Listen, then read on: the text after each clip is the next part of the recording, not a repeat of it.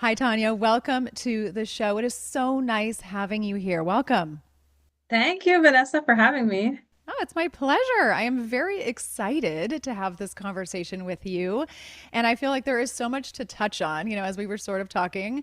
This is almost like, oh goodness, I get really excited about this kind of content. So I am so thrilled and I can't think of just, any better person to discuss all of this with. And also, I think the information that people are going to walk away from and more the feeling is going to be transformational. And I'm so excited for people to listen to what you have to say. So again, such a pleasure to have you.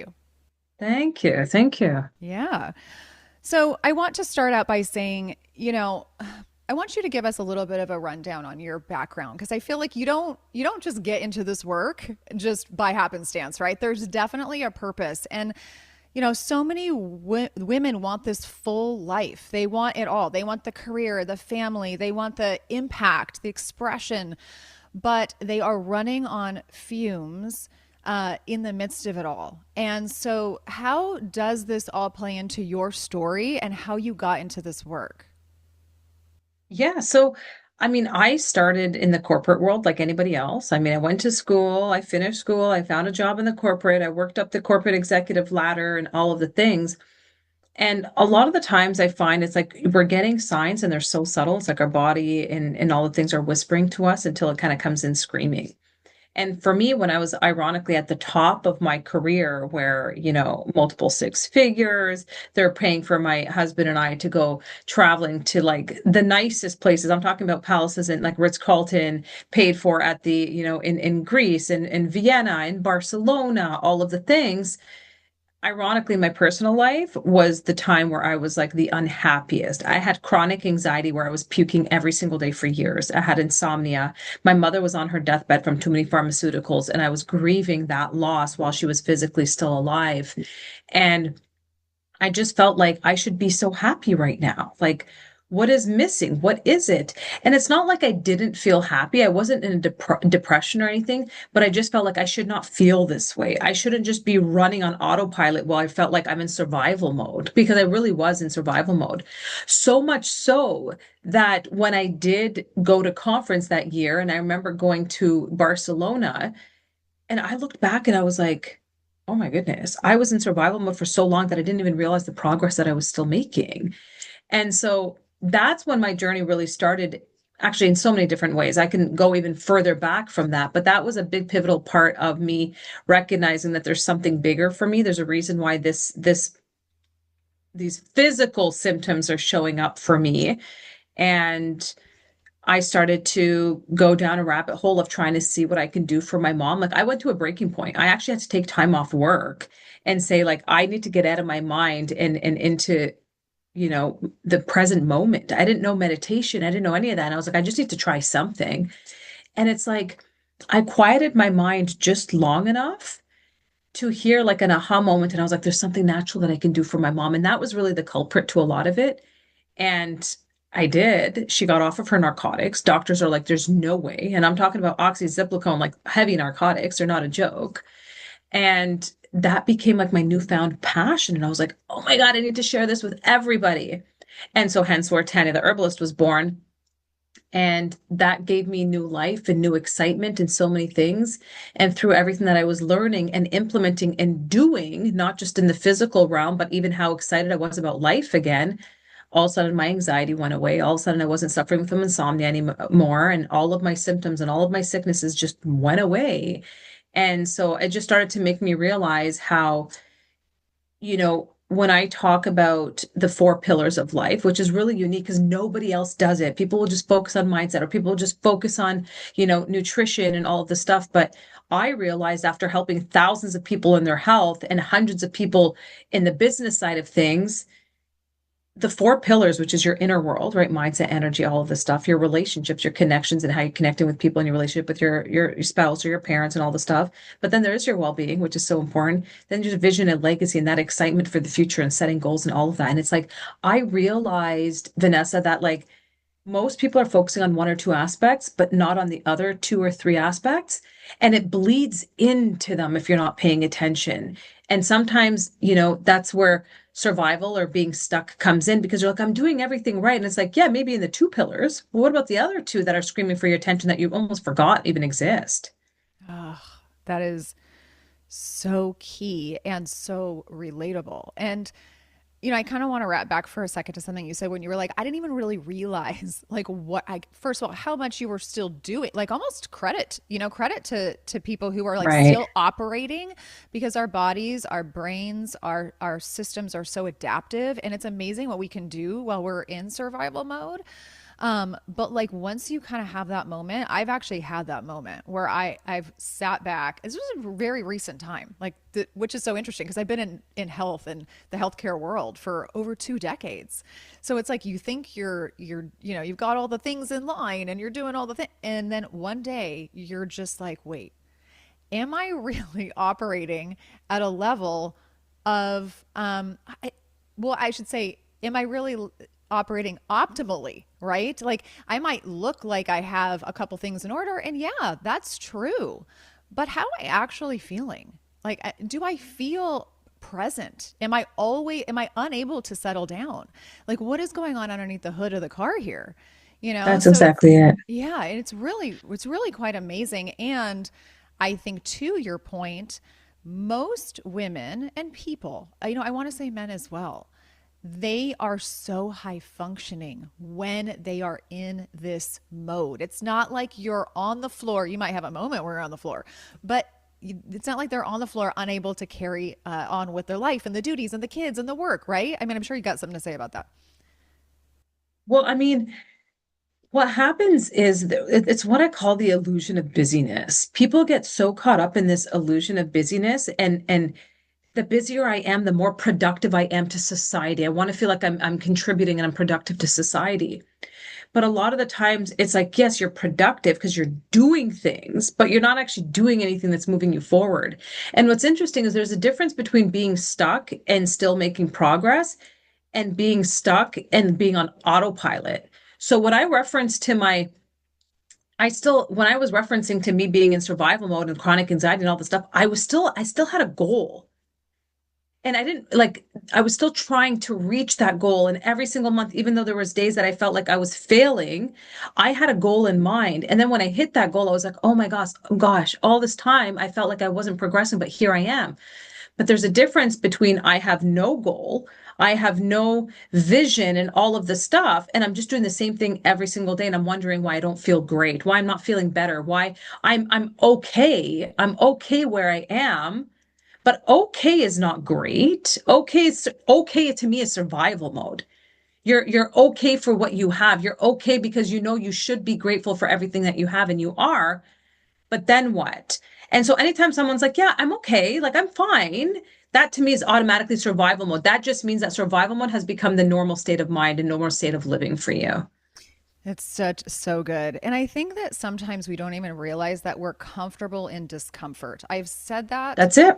Yeah, I've said that before on the show, and we might not even associate our feeling on the surface consciously with discomfort, but we are Mhm. operating on this very like suboptimal level, and we're just going, yeah, we're getting the things done. Like we're getting the things done, or I look at all the stuff I've accomplished, or look at all the chores that I got done in the midst of my work and the kids, and Because it feels good to have your laundry done. It feels good to have your house clean. It feels good for that. But what's yes, funny is, and I'm sure you've gone through it too, Vanessa, let me ask you, how many times have you gone to, this is a perfect example. How many times, do you have kids? I I don't. feel like I should know this. Okay. How many times have you gone to relax? Okay. And I feel like even moms, it's like 10x. But if you can answer this, it's amplified for them. How many times have you sat there and you're like, okay, it's time to relax and you feel guilty? Oh my goodness. Actually, it just You had feel this guilty. I conversation. shouldn't. I have to do the dishes. I have to clean the That's house. I should right. be working on my business. I should be working on the next thing. For moms, and I hear it all the time, it's like 10x because I should be doing this with the kids. I should be doing this on top of everything else that I have to do. So I don't have time for me because all of these external things actually need my attention. Oh my And that's the goodness. biggest disconnect that happens. You know what? I literally just had this conversation 2 nights ago with my holistic doctor. We were sitting there, we were talking about actual rest versus rest that we consider to be rest. And I will backtrack to your question right now about kids. I was thinking about this 2 to 3 minutes before we jumped on today for our recording. And I don't have kids. And I'm also not, I mean, people who are listening to me and they actually follow me on social media, they know more of the story or somewhat of the story. But, just to give a quick personal example that I think plays into this when we're talking about rest and motherhood and all of that. I'm not somebody who, I'm very clear about this online as well. I'm not somebody who equates like having pets to children. I think they're very different. I think there's a lot of love and a lot of nurturing and they have a lot of needs, some of them more than others, but they're completely different than children. And, I'm not somebody who's like, oh, it's my fur baby. Like I'm not that, but I have two dogs who require a lot of work. One of them, I was literally just thinking about this before we jumped on today. One of them has some psychological issues. One of them was vaccine injured. We have suspicion about some other things. She needs a lot of care. It is 24/7. I'm going to try not to break down when I start when I continue, but I literally had a conversation with our doctor who helps us out with her the other night. And he said to me, he looked me straight in the eye and he goes, Vanessa, this is a 24-hour, 7-day a week job where you are never off. He's like, you are so tired because it never ends and you never rest. And it is such a commitment. So to your question, as much as I don't know how it feels to have children, what I can speak to is that level of, okay, I'm going to go rest, but there's all these things that require But yeah, attention. whether you have kids or not, That's right. it's the guilt of there's something that's more important than me. Absolutely. Right. And whether it's pets or children, even there's people that have pets that are like, I would spend more on their pet's health than they would their own. Right. Right. 100%. And that's exactly it. Whether you even have pets, people that don't even have pets, they still feel that guilt because they should be focusing on their business or they should be paying attention to their friends or this or whatever it is.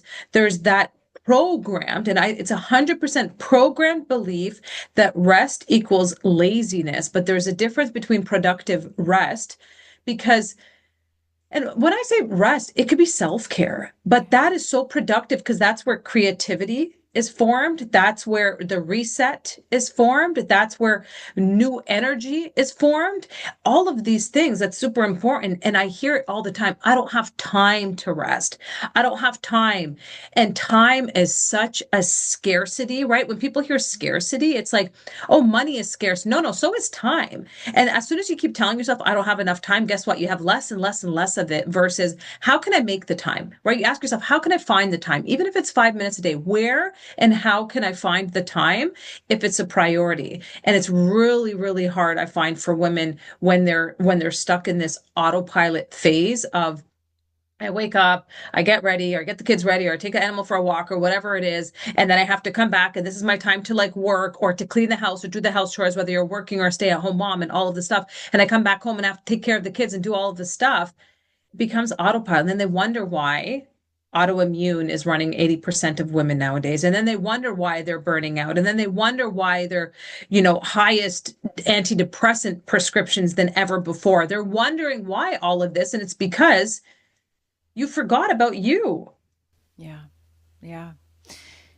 Do you feel as though, in some ways in this society, because I feel like you and we probably run in circles where this is more discussed, but in terms of like mainstream society, do you feel like this productivity, this like sort of go, go, go, go, go, don't stop, and also autopilot is still somewhat glamorized? Because I feel like in the wellness world, you're starting to see more talk about rest and how rest is productive. But do you feel like it's still pretty much glamorized in mainstream I society? think, well, if you, it's most people are still caught up in the external validation, right? So when you think about it, it was programmed to us so young. When you think about the schooling system was all external validation. Your grades, how well you're doing, if you're coming in first place or second place. And that's not to say, I think competition is very, very healthy. But when you're so young and you don't understand that, you're already primed and essentially to equate your worth and your sense of identity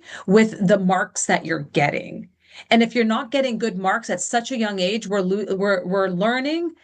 Uh, I'm not confident. I'm not good enough. My self-worth is attached to what someone else is giving me and saying to me. And when you have that programmed in you at such a young age, you now externalize all of your confidence and your validation versus internalizing it. You're never taught that. And so this illusion of busyness, I personally believe ties into that is because the more I do, the more someone will recognize what I'm doing and tell me that I'm doing a great job. They'll tell me how much I'm doing. They'll say all of these things. And so most people are still operating from that, not realizing, oh shit, pardon my French. Like, you're right. What am I doing all of this for? For my husband to pat me on the back, for my friend to tell me, like, how do you do it all? Good for you. It's constantly external versus how do I feel when I'm sitting here by myself and I'm feeling like you're doing such a great job and you're so happy. It's not just I'm doing such a great job. I'm doing such a great job and I'm genuinely so happy. I'm so proud of me kind of feeling. And so that's I think that the programming is so deeply rooted from when we were young, especially as girls and women where we're taught very young that we get approval from even our parents, right? Good job, you did that well. Okay, clean, now I'm going to reward you. You do the chores and now you're rewarded. No one is really teaching us that inner self-worth, and if you don't have that inner self-worth from such a young age, you almost feel bad when Yes. you're actually spending time that's to nourish and nurture that, because you know that nobody else is going to come and validate that but you, and you don't know how to validate yourself. Yeah, so so well said. And it's like that inner self-worth, it if you have it, it kind of like translates outward to this really healthy form of empowerment. Absolutely. And this empowerment can be so, oh my goodness, it can just transform and translate into the best possible way and affect everybody around you. But when that's not there, it becomes more of this hustle culture, programming, and the self-worth starts to tank, and it's just like this thing that you're not even conscious of, but it's like an operating system in the back, and you're That's just right. like, and you're going and going and you're going, and you're not even aware. Not only are you not really aware, you're aware that something might be off, but you're not really aware of even how to start to make a Mhm. change, because it seems so ingrained. It's just quote unquote how we are, or how you are, or how life is. And that is so, I think, frustrating. Once we start talking about it, it's like, oh my gosh, this is probably so much of what you see and so much of how women feel. Absolutely. Yeah. I see it. You see it all the time, right? Think about, and it honestly breaks my heart because people don't realize when they do that, you show up differently in your marriage. You show up differently as a mother. You showed up differently in your business and your work and all of the stuff. And somewhere along the line, someone convinced us that we had to compromise one for the other. You had to compromise your marriage to raise your kids. You had to compromise your business and your future and your purpose for your kids. Or you had to compromise your kids for your business. Everything was a compromise versus saying, no. God is so abundant. He gave us these things for a reason. You can thrive in every single one of them. Like I said, those four pillars for me, that's like my wheel of life, my version of the wheel of life. And when you do, oh my goodness, it's like everything changes. You all of a sudden have more time. All of a sudden you have more energy. All of a sudden you have more excitement to life. You're no longer running on autopilot and you're more coming from a place of excitement and ambition. And it's just so incredibly powerful. And there's nothing that they're doing different in a sense of adding more to their plate. Because I feel like a lot of people are like, but I don't have time to do more on my plate. And it's like, it's not about it's about structuring it. So I always say you have to lead your life like a business. Like that's my motto. That is what the She's in Power CEO of your life motto is lead your like a business. In business, you got systems, you've got rhythms, you have to focus on your communication and your connections. And all of these things are super important. Why? To keep it running and not just running, growing in business. But why don't people implement the same concepts in life? Because it's just as important. You need systems, you need rhythms, you need all of these to grow as a person. And if you're not growing as a person in all of these areas, that means that you're actually declining like a business. You're declining, you're going backwards. And at some point, you're going to go bankrupt or burnt out. Yeah, it's absolutely just so wise. And I think to potentially answer the question, which I know you already know, is that, the reason why we don't operate it as a business, and you've been pointing to this throughout the discussion so far, it's just generational patterns. It's what's absolutely stamped in the That's blueprint right. of how we're That's right. moving through life. And I think the word, when you were speaking, the word that came to my mind was abandonment. We have literally abandoned uh, ourselves in a way. And that Ourselves. sounds really dramatic, but it's not. And I also feel like, and you can speak to this as we sort of go into the four pillars and the She's in Power program and sort of what your focus is, but this work is also very tender. And I feel like it's a very gentle approach because, and I'm sure that you see it when you're working with clients and you're working with women, there are so many tender points and places that are touched during this process of um, uprooting and disclosing and sort of discovery. Because even for me, just sitting here, and I've done some of the work already on my own, just like sort of like in reflection and self awareness. This is a hard place, especially in the beginning, but I'm sure throughout the process of sort of healing, it probably is not linear and it probably goes up and down because Right. there are things that come up, there are things that get trigger, and all that kind of stuff. So what do you have to say about that? So what's crazy is so many women, and I've gone through it myself, and it's not just a one time, you go through it often. It's like they fear vulnerability because they feel like the moment they show their weakness, they are going to crumble. Mm. And so they're on that survival mode of just keep it together, just keep it together. I'm okay, I'm good, I'm okay. And then they don't want to show any weakness in a marriage, any weakness in how they're parenting, any weakness in how they're showing up, taking care of themselves, because they're afraid that the moment that they do that, they're going to crumble. But that's so far from the truth because that's actually where the strength and the rebuilding comes in. And I can tell you, I literally had a message from someone yesterday who just joined us in the community, and I sent her a replay. It's someone because I genuinely care so much about people that when I was building this community, I said, how can I do it in a way where I'm not charging tens of thousands of dollars, which I would normally cost me to work with someone, but in a way to still make transformation. It might not make sense on paper, but I'm doing it for him. And I said, I'm going to do that. And I sent her a replay of a call that I said, this is going to speak to her. And she was like, I was bawling, like Oh. hyperventilating, bawling, saying like, this is what I need. And I was so scared because I felt like it was going to add more to my plate and I'm going to fail. So I don't want to do anything that's going to make me feel like I'm going to fail. I don't even want to do it because I feel like I emotionally can't handle it to know that I've disappointed someone or myself. But that was exactly what she needed.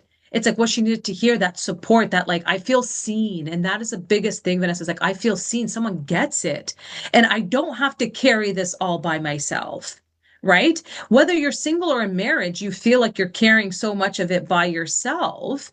And that weight lifted off of you feels like you're able to breathe again and show up in your full, authentic feminine self, not even just that vulnerability, the expression, all of that. And I feel like women are, I blame that feminine movement in all the wrong way, the feminist movement in all the wrong ways, because it's like, women, you have to do it all, you have to do everything. And I'm here to say, yeah, you can do it all, but there's a way that you could do it in your feminine energy where you're not sitting in your masculine energy for so long and you feel like you're in misalignment.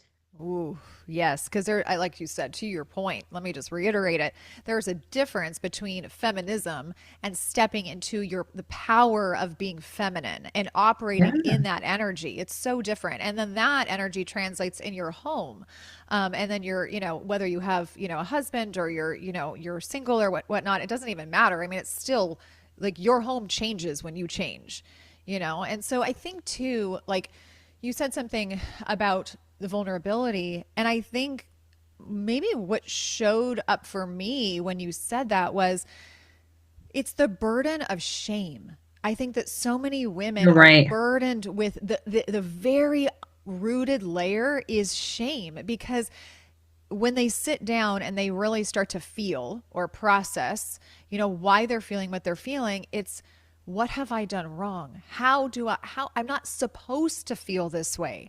I'm supposed to be stronger than how I feel, and I think that is, I think it's a very real and very honest thing. And I think it's okay to feel that way. But I think that the goal is to get out of that shame so we can then start to heal. Because when we sit in that realm, in that shame puddle, so to speak, it's like we're lost. And that's where depression and anxiety really, really start to take Because it root all for us. ties into people pleasing and caring about other people's validation and all of the stuff. Yes. And we're programmed at such a young age. That's exactly it. And honestly, when I first learned the power of vulnerability, it is so scary because it's like people are going to think I'm weak. People are going to think like as if she went through that, they're going to now judge me. But it's actually the opposite. And I'm talking about like, I openly now talk about anything and everything. I even talk about vulnerability that I've gone through in business. And people are like, as if you share that. And I was like, guess what? By sharing that, people trust me and know that, hey, she's human too, but look at how great she does that. The first time I ever shared my vulnerability online was so random and I was scared and I was going through my yearbook, like my high school yearbook. Okay. Actually, I wasn't going through it. That's a lie. Because I never had a copy of it. I saw my girlfriend who visit from Edmonton and she was talking about it and she sent me a picture and she's like, "Oh my God, do you remember this?" And the picture was of my graduating year. And in graduating high school, I went to a different year for my different school for my graduating year because we moved areas and all the stuff. We grew up in community housing, and that's the only place that we were able to afford and all of the stuff.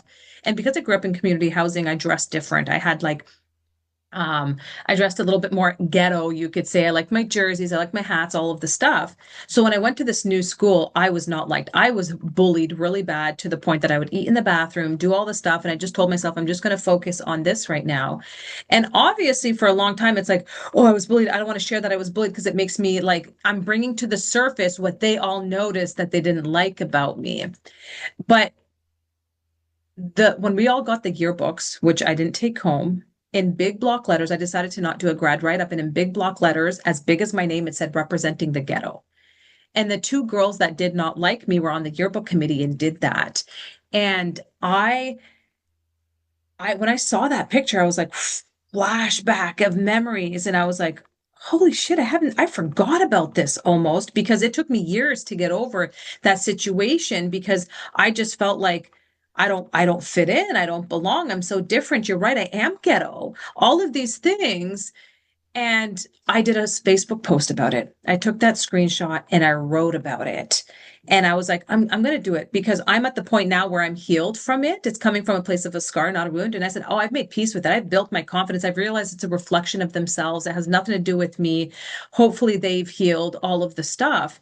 The amount of messages that I got from that post of people going through something similar, thanking me for it, saying, you're so brave, you're though this, you're that. And I was like, holy, I didn't realize the power of a vulnerable post, like how much I'm changing other people's lives. And from there, I loved it. And most people are afraid because they feel like it's going to judge, they're going to be judged. But it actually has the opposite effect. You're letting people know that it's actually empowering. It shows strength, not weakness. And from there, I share all kinds of story, how I lived out of my car with garbage bags, literally waiting for a subsidy check, defaulting on credit cards. My car was going to get repossessed. So like, and I'm okay with sharing that, but it's the power of vulnerability until someone's actually vulnerable to recognize how powerful it actually is. There's power behind it versus weakness. Yeah. Wow. Beautifully said and so true. And, just for those that are listening and they don't, obviously you wouldn't know this, but I actually followed you for a couple years before you and I got connected here. And so I've seen you share on Instagram specifically more and more. And I have to say that it has been even more engaging for me as a watcher, as a listener, as a follower, quote unquote, because the way that I look at it is, and I think that it just is true. It's not, I think it's, not just my opinion, but it's the truth, is that people are actually dying for relatability. They are That's dying it. for authenticity. They don't want picture perfect. And even though that's what the algorithms show, and that's what, social media portrays, and the highlight reel, and all the things, which I talk about often on social media in my little community as well, at the end of the day, the message that comes through on DM that says, thank you for sharing this on your stories yesterday because it just shows that you're a real person. Right. That's what people want. People Yep. don't care about your perfection. People don't want the perfection because they know inside that And they're they not can't really relate to perfect. They perfection. can't. No, there's no such Yeah. thing, right? There's absolutely no such thing. So, really, really well said and so important. I wanted to, because you kind of cover like these different aspects of life, and you spoke to this earlier, being that autoimmune and physical symptoms and issues are so prevalent with women and why they hit women specifically. Can you talk a little bit about what you see with your clients in terms of what they deal with, symptoms, what's showing up with them, and so forth? So after years, I no longer do client coaching with the health aspect now, not specific medical advice, but for years I worked with thousands and thousands. And the one commonality I found was the suppression of expression. And like that in itself literally kills you and festers inside. And that's the biggest thing that women do. They take care of everybody else's needs but their own. They keep quiet just to keep the peace. They'd rather just swallow their emotions and they'll deal with it later, but later never actually happens.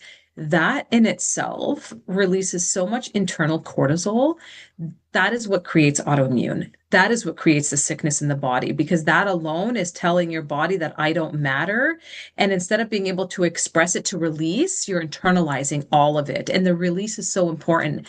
And it's crazy because I have worked with people with cancer, with all kinds of autoimmune, all kinds of stages of cancer I've worked with. And it's all similar, but not even just that. What's crazy is even in the business side of things. It's like I'm doing everything in business. I'm doing everything from health. I'm eating organic. Like people have like their own homesteads and they're eating off of their land and they're doing all of the things right externally. But then when I'm actually going through and asking like the tough questions, haven't spoken to mom in 5 years, haven't done this, haven't done, and I was like, so how does that make you feel? Well, it's not good. I said, well, have you talked about it? No, because of this, that. And I said, okay, that will kill you faster than going and eating McDonald's probably every day for the next year. Yes. And so I could sit here and tell people the diet and diet is important and the toxins in your home are important. All of those are important. But what if you're suppressing the expressions that need to come out is going to destroy your body faster than anything else you're going to put in your body. Absolutely. And I can say authentically and vulnerably, uh, that's actually in ways been what I have walked through, and I have seen it come out.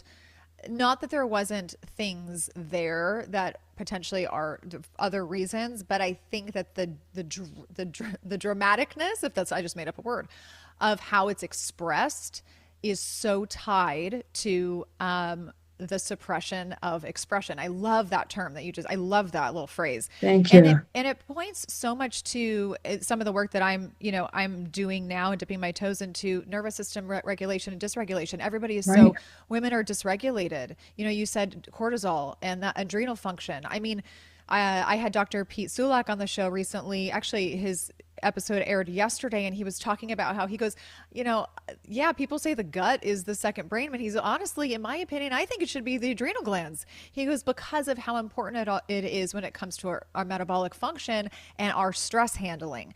And I was Right. just like over here with my mic, like, with my hands in the air going, absolutely, because we see so much chronic disease because of this dysregulation that is happening behind the scenes. That's it. And a tired adrenal gland just feeds your body cortisol that just causes it to be in overdrive and survival mode and all of the things.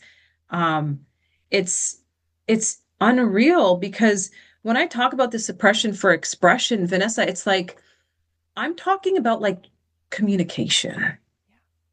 right? And a lot of us women, it's like we grow up and just, stay quiet to keep the peace because if you speak up, it means you're less feminine, And which is a big part of what I teach inside the community, like effective communication, because I could tell you that it fixed my relationship with all of my siblings that I have issues with, minus one. That's more COVID related, and he just doesn't want to talk to me.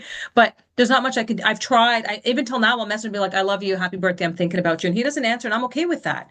But it's about saying, I'm doing this for me and for us. So for example, one of the biggest things that I've seen, and most women don't want to talk about, the issues in their marriage. Ooh, Okay. that was where I was heading. Yep. They don't want to talk about it because they're going to feel like they're failing and it's private life. And I understand that.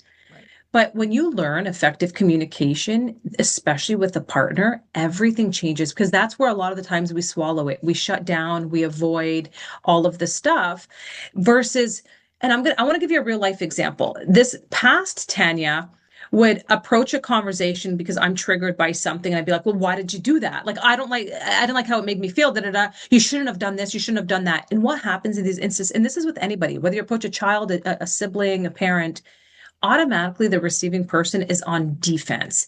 They haven't comprehended what's happening yet. They're not trying to put themselves in your shoes right now. They're defending themselves before they're going to rationalize. Versus when I started to approach and say, how can I sandwich this? How can I approach it in a way? First, I want to be mindful of my energy walking into this conversation. And B, do I want to walk in to be right or do I want to be understood? And a lot of times we're walking into being right. I just want to prove my point. But it's like, but what are you really looking for? Because you could be right, but you're still going to walk away feeling like shit, even if they told you you're right. So it's like I walked in one time and I'm having a conversation with my husband. I said, listen, I so understand why you did that. And I actually appreciate it. I see your perspective. What's funny is I just want to share how it made me feel because it made me feel a little bit different. It actually kind of made me sad. And then he was automatically, they're like, oh, why did I make you sad? And I was like, I just want to talk about it. If you're open ears, if you don't want to listen to it, it's okay. And they're like, no, no, tell me. And I'm like, okay, it kind of made me sad because it made me feel like this. I don't know if that's how you meant it, but just tell me what your perception was so that I can understand it because obviously I have my vision and then there's yours and then we can talk about it. Just approaching it like that, sometimes it's like allowing them to have their masculine energy and for me to express that feminine. It doesn't mean that I'm a submissive by saying, oh, okay, I'm going to allow you to do this to me. No, that expression. And every single time it's like the conversation was like, I'm so happy that I brought this up and they felt better. But even with their kids, I had one of our students publicly in the community and anyone who joined could see it on our discussion board because there's nothing to hide, was talking about how she's really struggling with her 18-year-old son. And she's like, he's just angry. He's disrespecting me. He's doing all of these things. And it's on all the time like that. And I said, why is it about you? I said, have you approached the, and I'm very honest. I'm all about my tough love because people need that to actually grow and they love it because I make them see that, but then I support them through that. And I said, your 18-year-old son has zero emotional regulation. He's not an adult yet, and he's going through the peak of his emotions. And he is getting angrier at you because he's screaming for help and you want him to respect you. And when you're not talking to him because you just want his respect, all he hears is my emotions don't matter until I behave the way she wants me to. So if you approach the conversation and kind of say, like, tell me what's wrong. Like, did I do something wrong? What is it? Like, tell me. I love you with your ups and downs. Like, I love you. Tell me what's going on with you. What's bothering you? And if they don't want to talk, you keep going and you keep going and you keep going. It's not about you in these circumstances. It's about them. And when then they break down because that anger is a suppression of expression. Once again, they don't know how to express their vulnerability, especially as an 18-year-old man that's growing to be a man, and they're forced to hide those emotions. And then the breakdown happens, and then the crying, and then the tears, and then okay, yeah, it's safe for me to be seen. And that is the message across everywhere. It's safe for me to be seen. It's safe for me to express my emotions. And oh my goodness, when I talk about that, people are like, and that's why I say the magic is in the work that you're avoiding and why the 4 pillars are so important is because we're focusing on these and not realizing that, holy shit, I would have never even noticed that this is what needed attention. And that shifted everything else. Oh, exceptional advice. And that was a really good example with the son, too. I think it probably speaks to a lot of people and parents who are having a tough time there. I couldn't help but think while you were going through that, and yeah, that was just exceptional. Like I said, um, what would you say to the person? I guess we're speaking mostly to women now, but if there are men listening, I mean, it really applies to them as well, who say, I do approach, like, I actually don't want to suppress. Like, I am somebody who tends to be more vocal. I come to the table wanting to speak, wanting to share, wanting to be seen, and I am consistently shut down. So, Tanya, what you are saying makes sense to me, Mhm. but it's I hear not my that all the reality. time. I have tried it. I even hear people saying, like, I've set the boundaries, I've claimed with clear communication, they're not respecting it. The biggest thing, and this is so hard, is stop making it about you. Try to put yourself in their shoes. Try and approach them in a way that you're coming from a place of understanding, and don't, it's not about defending yourself. It's just trying to be understood and to understand. And so when people are like, "Oh, I'm being shut down," well, there's two things. One is if that person, no matter what, is not willing to try to talk to you, but I find that most often than not, it's just really about breaking their barrier. And you have to come up and say, how can I break that barrier? And once again, I'm an open book. When I first got with my husband, he had such bad anger. And like anybody, they could have easily been like, oh, he has anger issues. Oh, he punched a hole in the wall. He's abusive. I'm going to leave. And for a long time, I was kind of like, what's is this healthy? I don't think so. But then what I started to do, and I read my way through understanding this, is I said, where is he broken? Mm. What is it? Where is he broken? What is going on? Why is he reacting this way? Boom, his mom abandoned him at 14 years old. Okay. And so he's got a lot of anger. He's suppressing all of this stuff. And I started to approach the conversations that way. And what's crazy is the anger started to just go away. So much so that I actually taught him effective communication, and he rebuilt his relationship with his mom. So much so that she lives with us now. And people can't believe that when I tell them that. I remember you sharing that with me, and I thought, wow, talk about a complete 180.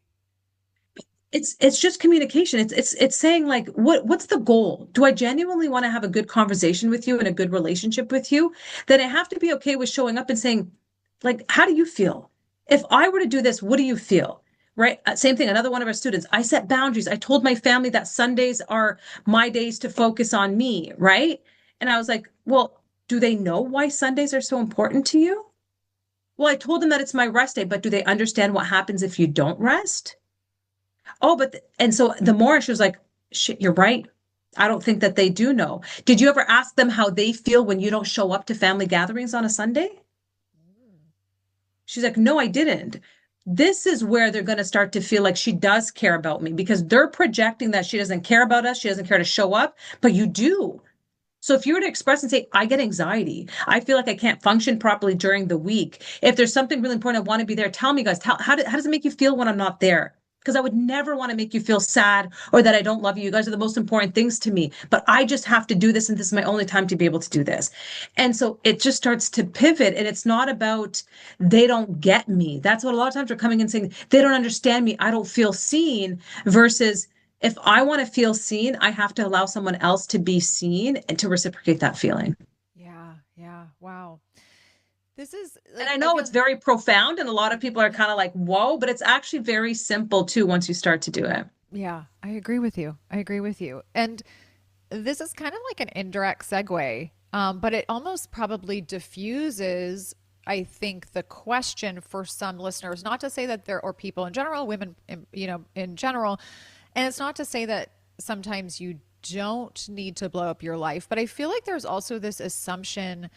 I know I have felt this way as well in the past. Like, there, I've heard women say, like, I feel like I need to blow up my whole life to change, which it could potentially happen, but sometimes, and this really points to what you were just discussing, these changes are, some of these changes can actually be made that can make a huge impact. So like small changes, big impact, and that you might not have to quote unquote blow up your whole life. I kind of like to use the example too of like people who get super overwhelmed with detoxifying their life, right? Like they think that they have to like completely throw out everything, including the couch, and like redo Hmm. everything in their house because everything is toxic and I'm so overwhelmed. But in reality, like you just have to start where you are and with what you have and in the season that you're in. And sometimes those, not sometimes, oftentimes those small changes really can, it just gets the ball rolling. You know, it's not like overnight, everything you just, okay, I'm just going to toss it all out. I feel like it's the same with these behaviors. Do you know what I mean? Well, because they think it's like they're waiting for a life-changing breakdown to go in through the breakthrough. But if you listen to the whispers and you start those now, a lot of the times this big explosion that women are waiting for comes in the form of sickness, Yeah, yeah, yeah.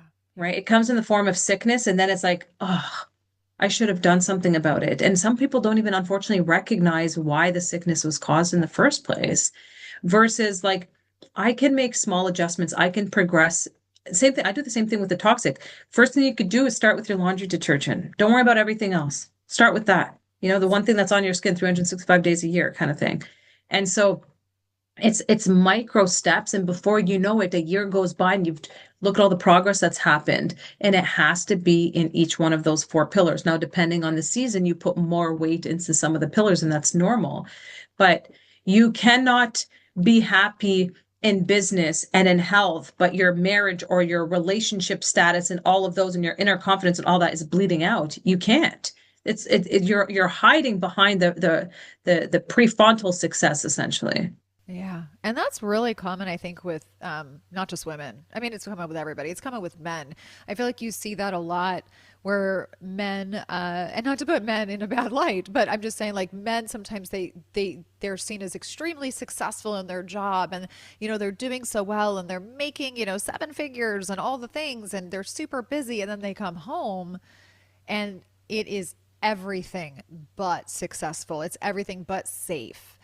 That's And right. yeah, and it's just it's a and I almost think that it's still mainstream speaking really a hard concept to understand and to see the truth of how everything is connected. It's almost like when we talk about health and you know we point to this all the time here, it's like how can you isolate, right? Like if you have a back, if you have a back pain or a back problem and you're only going to the back, then you're probably not going to fix the issue. You probably need to also look at the feet. You probably also need to look at the cervical spine. There's all of these, you know, it's all connected. And when we're Right. isolating and going, "Oh, well, you know, like but I'm successful."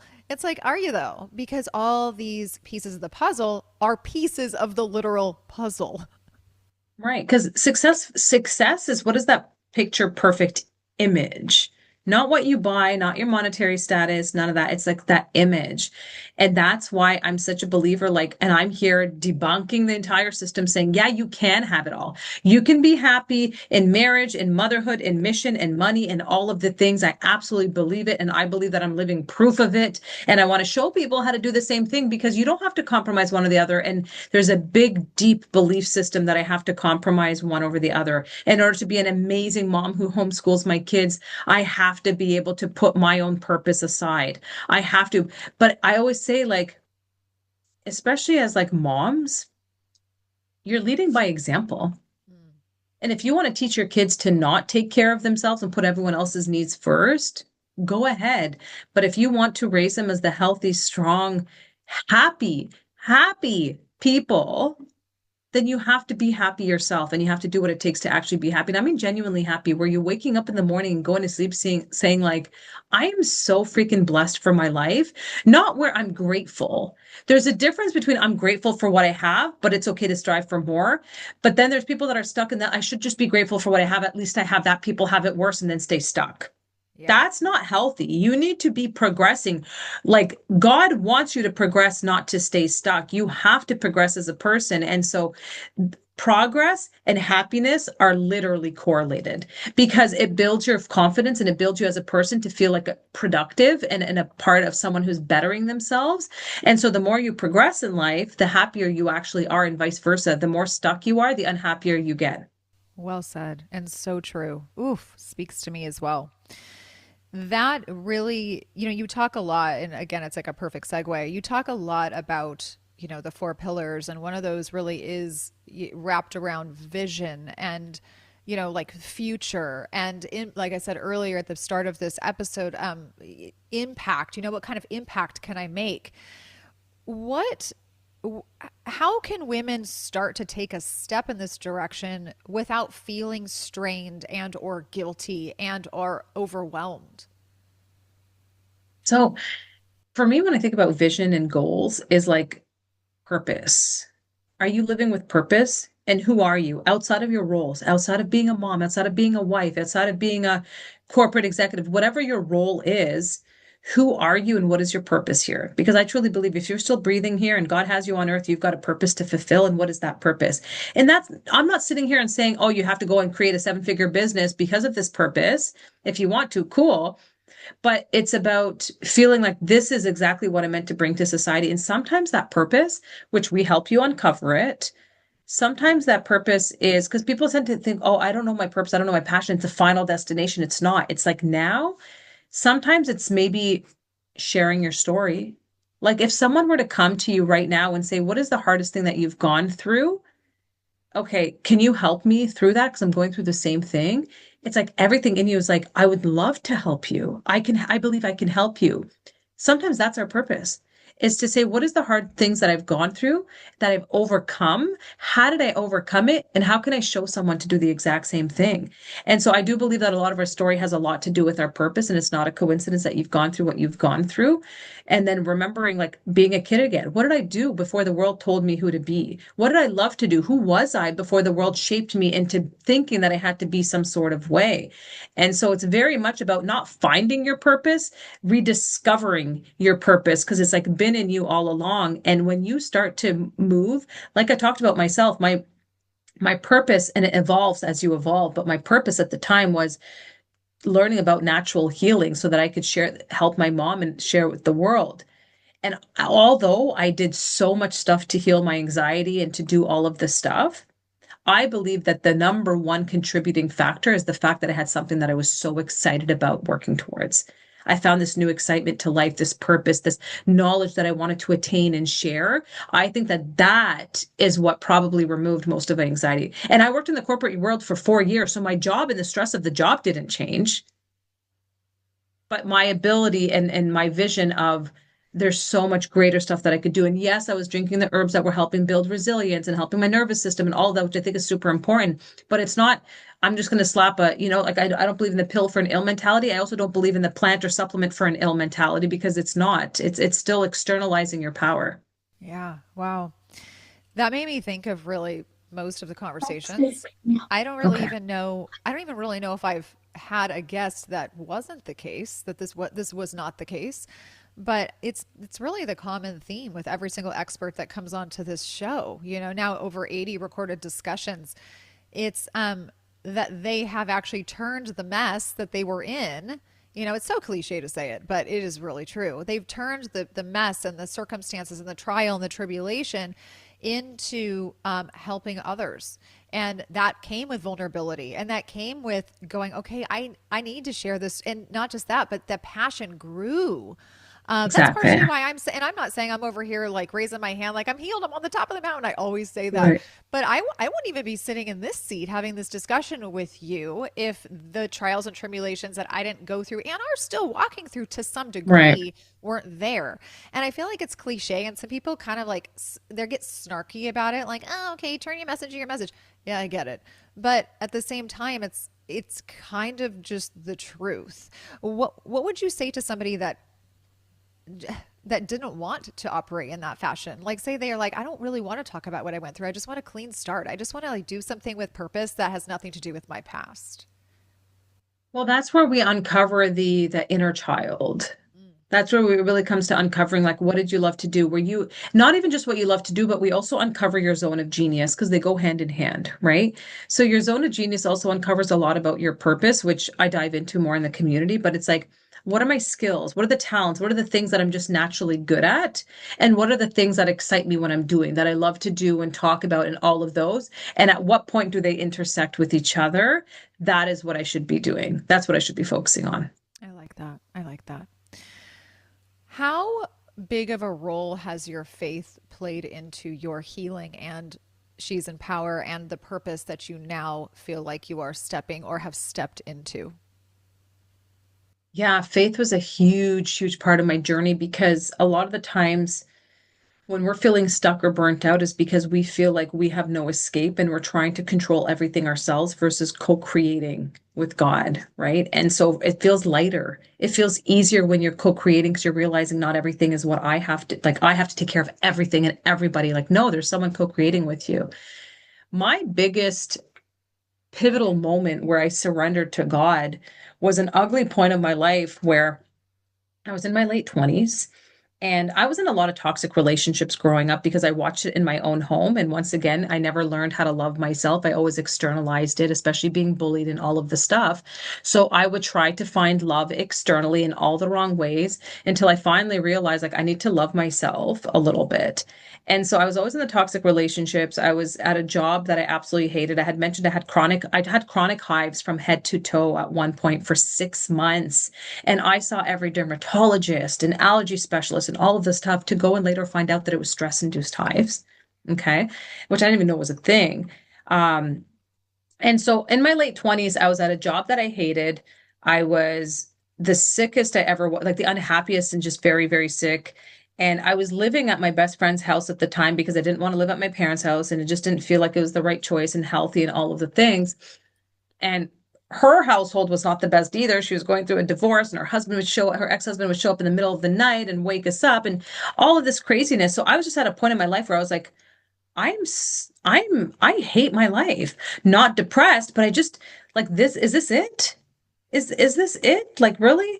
And I would try to numb myself. I would smoke cigarettes, I would smoke pot, all of the stuff, and just to think that that's what I should do until I was like, no, there's no way. And I remember breaking down and looking up and saying, like, God, my way is not working.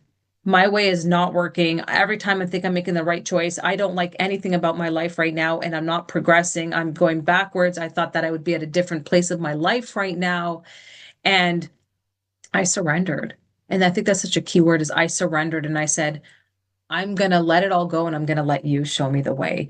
And most people are so scared to surrender because relinquishing control feels like you're going to fail. It feels like you're going to lose control of that car and you're going to crash. And it's so different because it's like the control is even better. And I remember I woke up in the morning and I ended the relationship that I was in. Literally, there's no fight or anything. I put it in my mind and said, I'm going to end it. It's not healthy. I'm not going to do this anymore.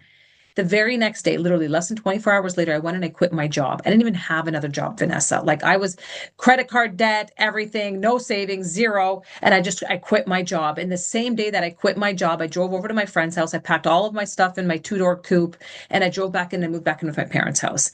So here I am in my late 20s, no job, single, back at my parents' house, broke, in debt, and all of this stuff. And I remember just sitting there and crying and being like, I'm a complete failure. I'm a failure. And I said, but God, I had this inner peace of saying, but I trust you, God. I no longer care what people think or what they're going to say. I'm just so unhappy. Show me the way.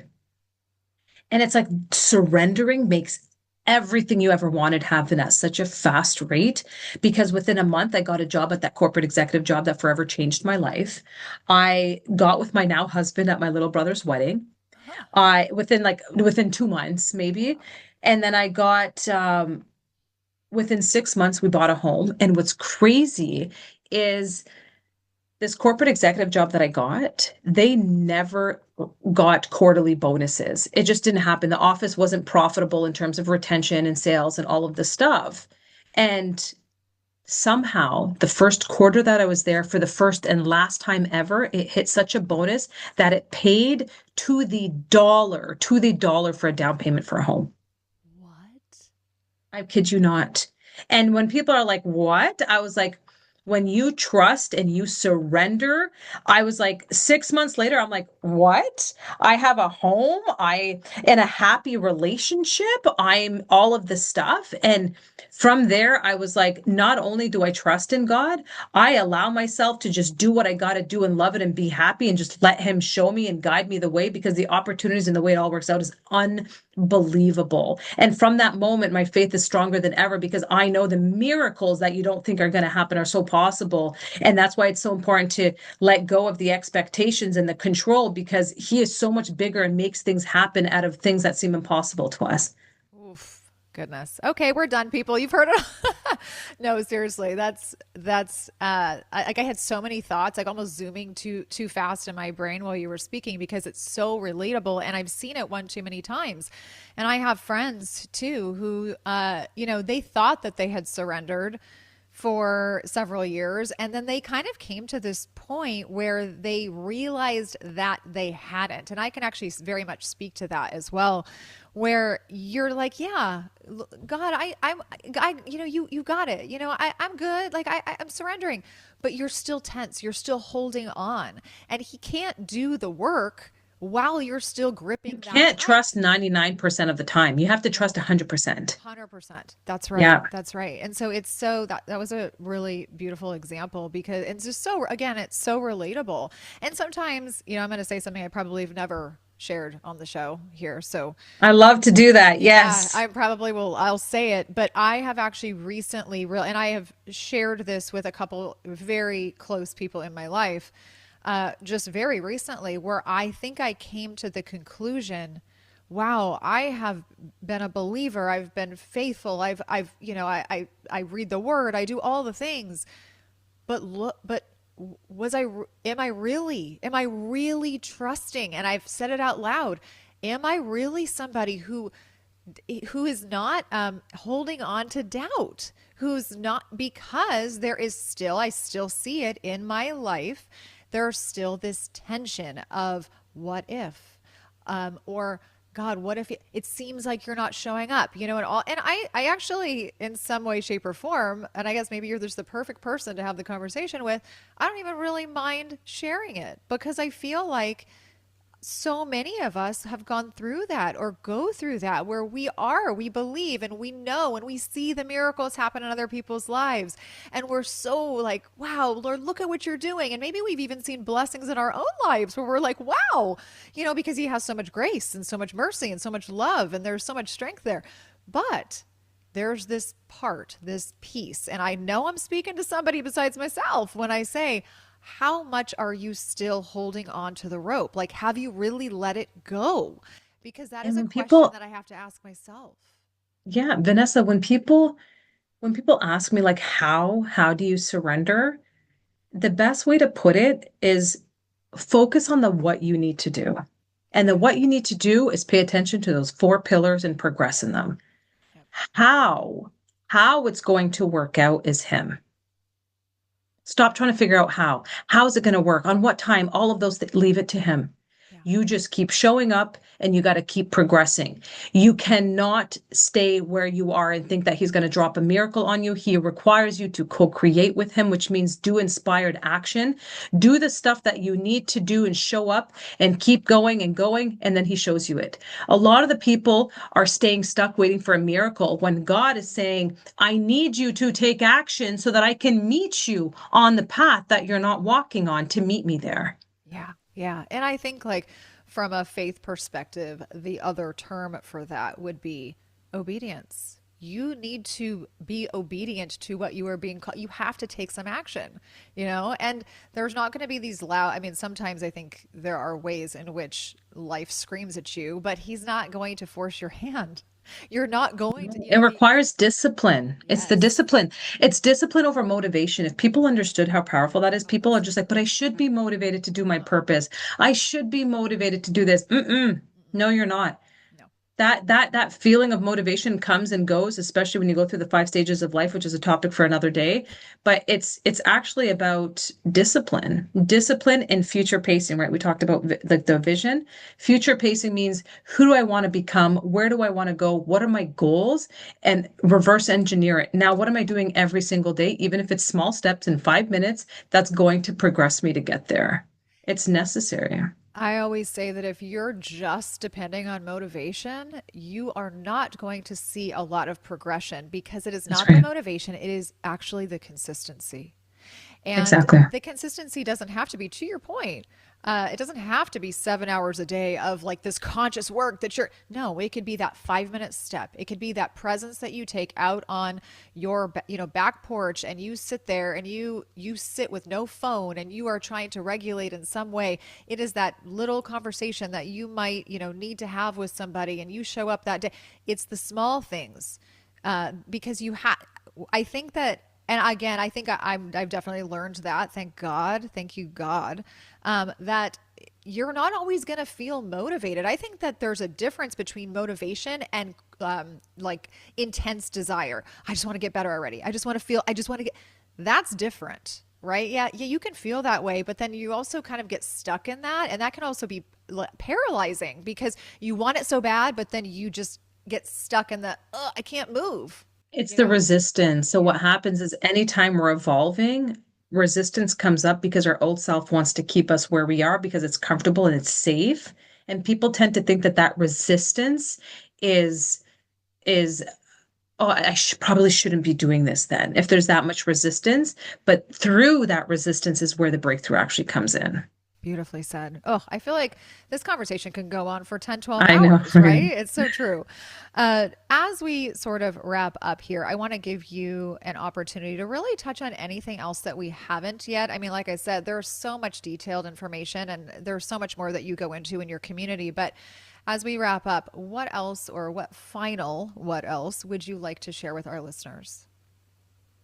I mean, we did cover a lot of We ground. If did. there's one thing that I could say is, you know, believe in yourself. Like when you're and I'm not in the cliche side, like believe in yourself. I mean like when you're at a point in your life where you feel like I just know I'm meant for more. I'm happy with what I have. I'm grateful. All of the things. And maybe there's some people that don't necessarily feel that way, but I'm going to talk like if you don't feel that way, perfect. You need to believe in yourself. But if you do, but it's like you just feel like I know I'm meant for more. I know that there's more, that like inner calling, listen to it. You have to listen to it. And the moment you listen to it and just take one step, it's like God meets you there, and all of a sudden things just start to happen so differently.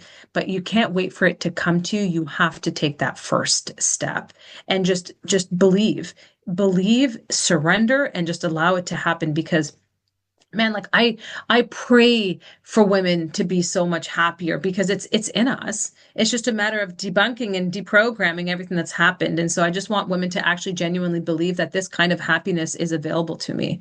Yeah, yeah. That's actually, I think, probably the biggest message. Like, I feel like if there's one thing that people can take away, women can take away from this, it's that it's so easy to listen to a conversation on a podcast or wherever and say, this is all so awesome, but I don't feel like it could be possible for me. Yeah, it's amazing. And I love the testimonies and I love hearing about, how it's worked for other people, but it still feels impossible. You guys, it's not.